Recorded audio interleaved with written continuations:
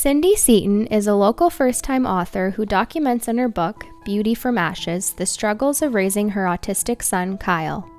Okay, so Beauty from Ashes is my story and my journey that I was on with my son, Kyle, and my family, my husband. It was our journey with autism over a period of 27 years.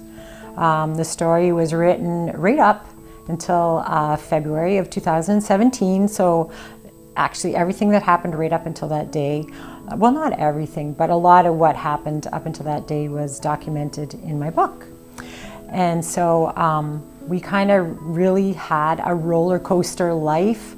I sort of feel like if people didn't know me and they actually read the book, they would think I made a lot of it up. It is so outrageous at times. And so we are happy we have a lot of people in our life, like Community Living Algoma, who have watched us go through this and can testify that we really did lead a very crazy life. It was also my spiritual journey with God. I was really bitter at God for a long time for allowing my son to be so ill and so sick that I just thought he didn't care about me. And I thought he lived on a high throne in heaven, and I couldn't relate to him because he sat there doing nothing while my son suffered to the point of we thought he might die. He had lost 70 pounds. He looked like he was from a concentration camp.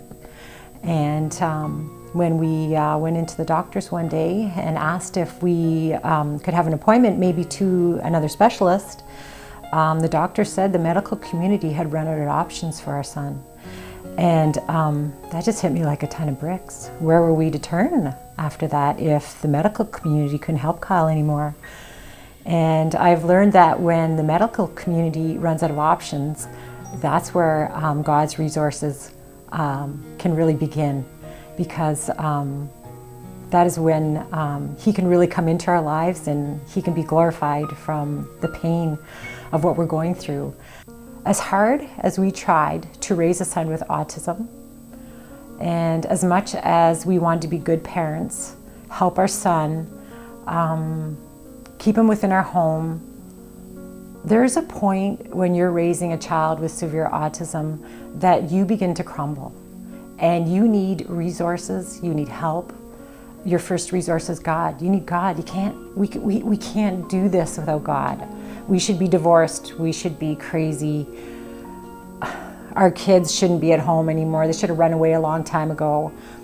I got to the point where I hurt my own son, where after months and months of wiping up his poop floor to ceiling, him banging our walls for days on end, getting up multiple times a night, breaking our stuff, waking up the whole household, I began to mentally break down and deteriorate to the point where one day I ran up to his room after he was banging for days on end. I opened his bedroom door and I smacked him. I hurt my own son. He cowered in the corner, covered in poop, helpless, broken.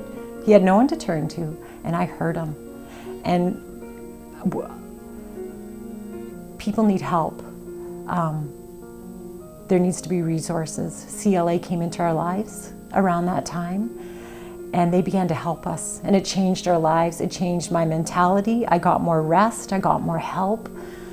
We wanted to keep Kyle in our home as long as we possibly could. We loved him. Never in a million years did I want to hurt my son. But I had come to the end of myself, and that was when I was in my bitterness with God. And CLA kept asking us if we were in crisis, but I had misunderstood the word crisis. We actually thought if we admitted to them that we were in crisis, that they would take Kyle away from us. So here we were trying even harder to keep our son in our home, and I didn't want to put him in a home because I was worried people would hurt him, and then I did the very thing I was afraid of. I'd hurt my own child. And so I realized that the world had thought of me as this amazing mother who probably was holding it all together, and I wasn't. I wasn't an amazing mother. I was broken. I was tired. I was worn out. I needed God. I needed CLA. We needed AIDS. We needed our marriage healed. There was so much we needed to be able to do this. I think for me, I'm hoping there's families out there who will also come forward, admit that they need help, they need resources, they can't do it I know I'm not the only one who hurt my child. A lot of people are out there and they've carried this secret themselves. They've told no one. They're ashamed. There's no excuse for what I did to my child. It was wrong. I will not condone anyone else doing this to their child. I should have never have hurt my son. And I've never hurt him to this day since. So I want families to know there is hope, there's help. I would like to know that, them to know that they could read my book and find hope in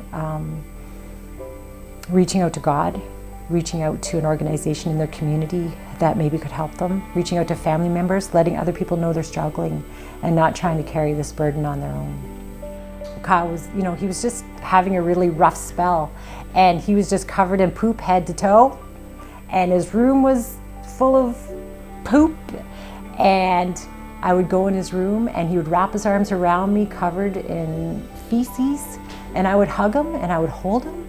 And one day, clear as day, I remember God saying, this is how I feel about people. I want to meet them where they are and reach out to them and love them exactly where they are and save them from their sin. We're covered in dirt, we're covered in sin, right? We can't do it. As people, we can't do enough good deeds. We can't do enough good in the world. We can't clean our lives up on our own. We need God to do those things for us. Okay, so today we're going to wear a house coat because some days we can't get Kyle dressed. This is the best we can do, right, Kyle? Look at you. You're famous.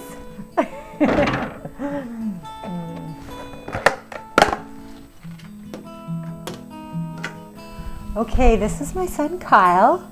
Kyle's 27 years old. And Kyle? Kyle likes music. He was just in his room listening to music. So he'll go out today with his aide. Usually he goes out with Sarah. Sarah, come on over. This is Sarah, one of his angels. Can you get her there? Right. So yeah, Sarah usually takes Kyle out 5 days a week. Kyle likes to go for van rides. Hey buddy?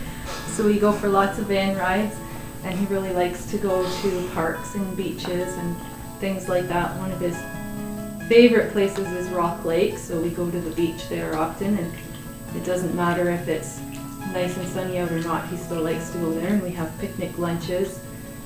And there's a few other beaches that we go to as well, and he likes to go to Hiawatha and Bellevue Park and places like that. He really likes the sensory playground at Bellevue Park.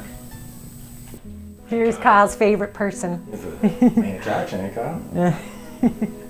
My husband Vance, of 27 years.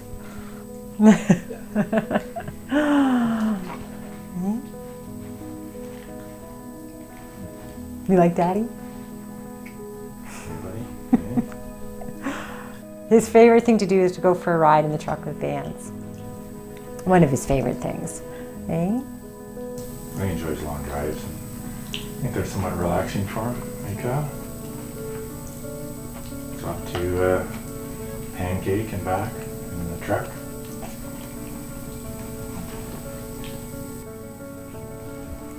Yeah, that's a camera. He's making a movie of you. You're pretty important right now.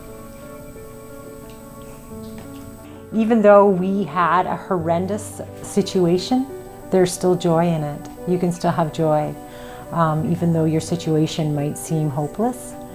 And so God brought me from bitterness to joy. I now am quite happy with God. I love God. It doesn't matter what He brings me now. I do not attach Him to the negative in my life. I'd like to think of it as He's going to take the things that are negative in my life and bring them around and turn them into something beautiful. And so I'd like other people who think their life isn't beautiful to see the beauty in it somewhere, to see how God can take the ashes of our life and turn them into something beautiful, like He has for Kyle. If you would like more information on Cindy's book, Beauty from Ashes, you can visit her website, cindyseaton.com.